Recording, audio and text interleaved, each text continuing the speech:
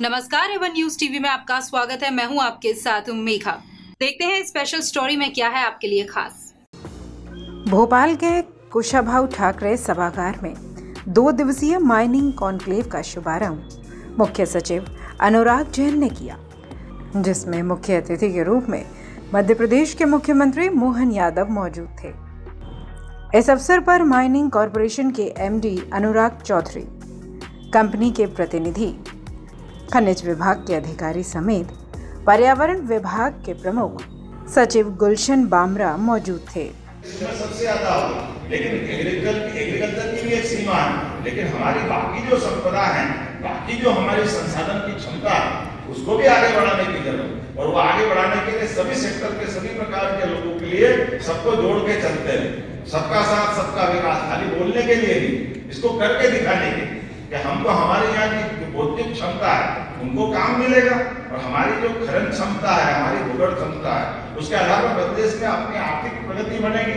और मुझे इस बात की प्रसन्नता है कि हमने जब इस साल का बजट तय किया, पहले तो हमने कहा कि 5 साल का हमारा बजट बनाएंगे, तो हमने कहा अगर भारत सरकार ने तय किया कि वो तीसरी दुनिया की अर्थव्यवस्था बनेगी, तो मध्य प्रदेश भी कदम से कदम मिला के चलेगा। हमने अपना 5 साल का बजट डबल करने का टारगेट पहले दिन डिसाइड किया सरकार बनने के बाद ही, और इसको भी हर साल में बांटा। हर साल में हमारी एक समान ग्रोथ बढ़ती जाएगी, तो हमारी क्षमता को हम प्राप्त करेंगे। और उसी सिलसिले में हमने माइनिंग को देखा कि माइनिंग में लगभग हम अभी 10, 12 या 13 हजार करोड़ के आसपास का रेवेन्यू पा रहे हैं। कितना है? 10,000।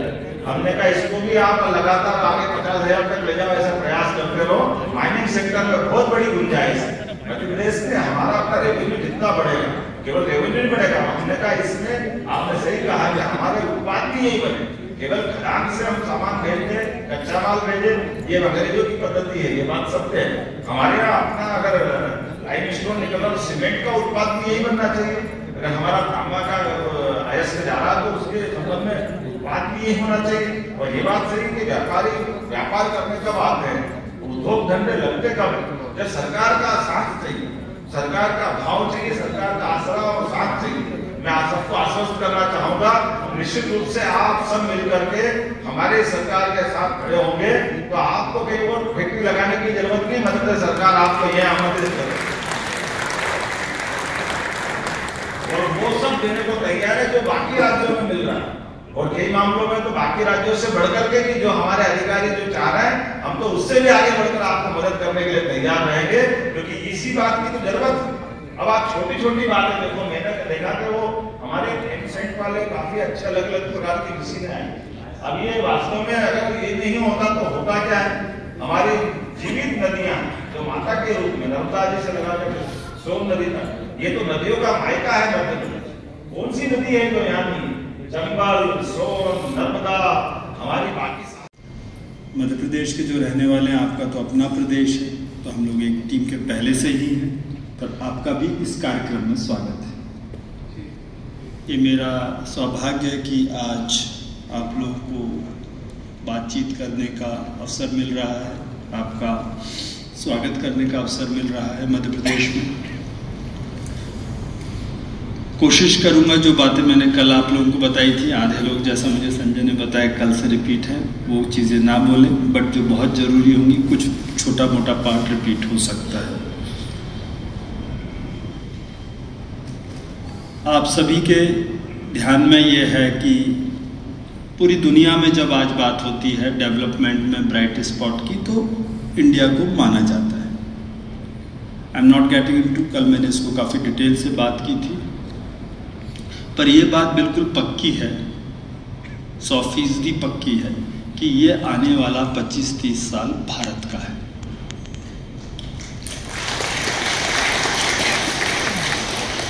जितने इंडिकेटर्स हैं, जो भी एनालिसिस, चाहे वर्ल्ड बैंक करे, चाहे IMF करे, चाहे हम लोग अपने भारत में अंदर करें, इस समय भारत जिस कस्ब पे खड़ा है वो एक ऐसा टाइम है जब एक हमारे इंडस्ट्रियलिस्ट पे विश्वास है, जिस समय हमारे देश में एक ऊर्जा है। I am very happy, but at the same time dismayed कि केवल एक स्टार्टअप है। आई गेस स्टार्टअप्स ज़्यादा होते। स्टार्टअप हमारी एक बहुत बड़ी ताकत है।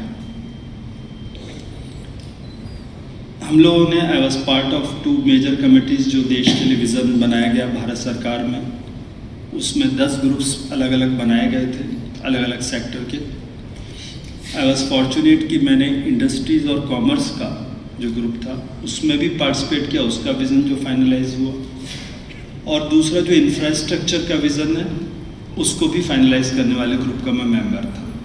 तो इस तरीके से जो इकोनॉमी से रिलेटेड सबसे मेजर ग्रुप्स होते हैं उन दोनों का मैं पार्ट था। तो I am aware of what is happening in the country overall.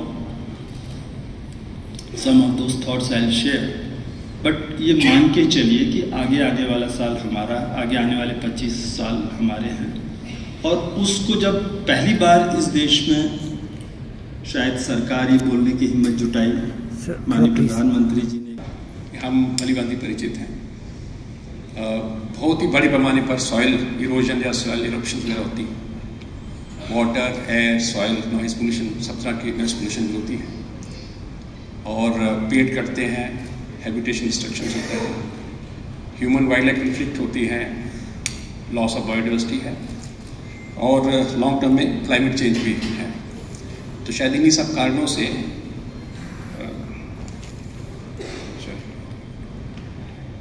कारणों से पर्यावरण विभाग शायद बना है, और पर्यावरण विभाग की कुछ जिम्मेदारी जो है उसको नियंत्रण के लिए भी है, और इसलिए बहुत सारी अनुमतियां पर्यावरण विभाग से लेनी पड़ती हैं।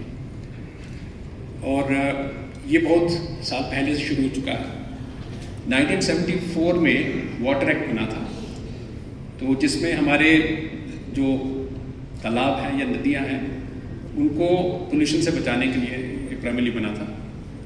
फिर एयर पोल्यूशन कंट्रोल एक्ट बना था 1981 में, और 1986 में एक एनवायरनमेंट प्रोटेक्शन एक्ट बना था, और इसमें बहुत सारी चीज़ें आती हैं। प्रोटेक्शन एक्ट के तहत तो बहुत सारी चीज़ें आती हैं, बट प्राइमरी माइनिंग के लिए जो है ये 2-3 चीज़ें जो मैंने लिस्ट की हैं, ये रूल्स लागू हैं। एक तो 2006 में एनवायरनमेंट इम्पैक्ट असेसमेंट का प्रोसेस और एनवायरनमेंट क्लियरेंस का प्रोसेस शुरू हुआ था, और इसके अलावा माइनिंग में बहुत सारे हजार्डस वेस्ट भी पैदा होते हैं, उनकी मैनेजमेंट के लिए भी जरूरत पड़ती है। तो ये 2016 में रूल्स बने थे, ये भी एनवायरनमेंट प्रोटेक्शन एक्ट के तहत। Sir, I'll come for them also.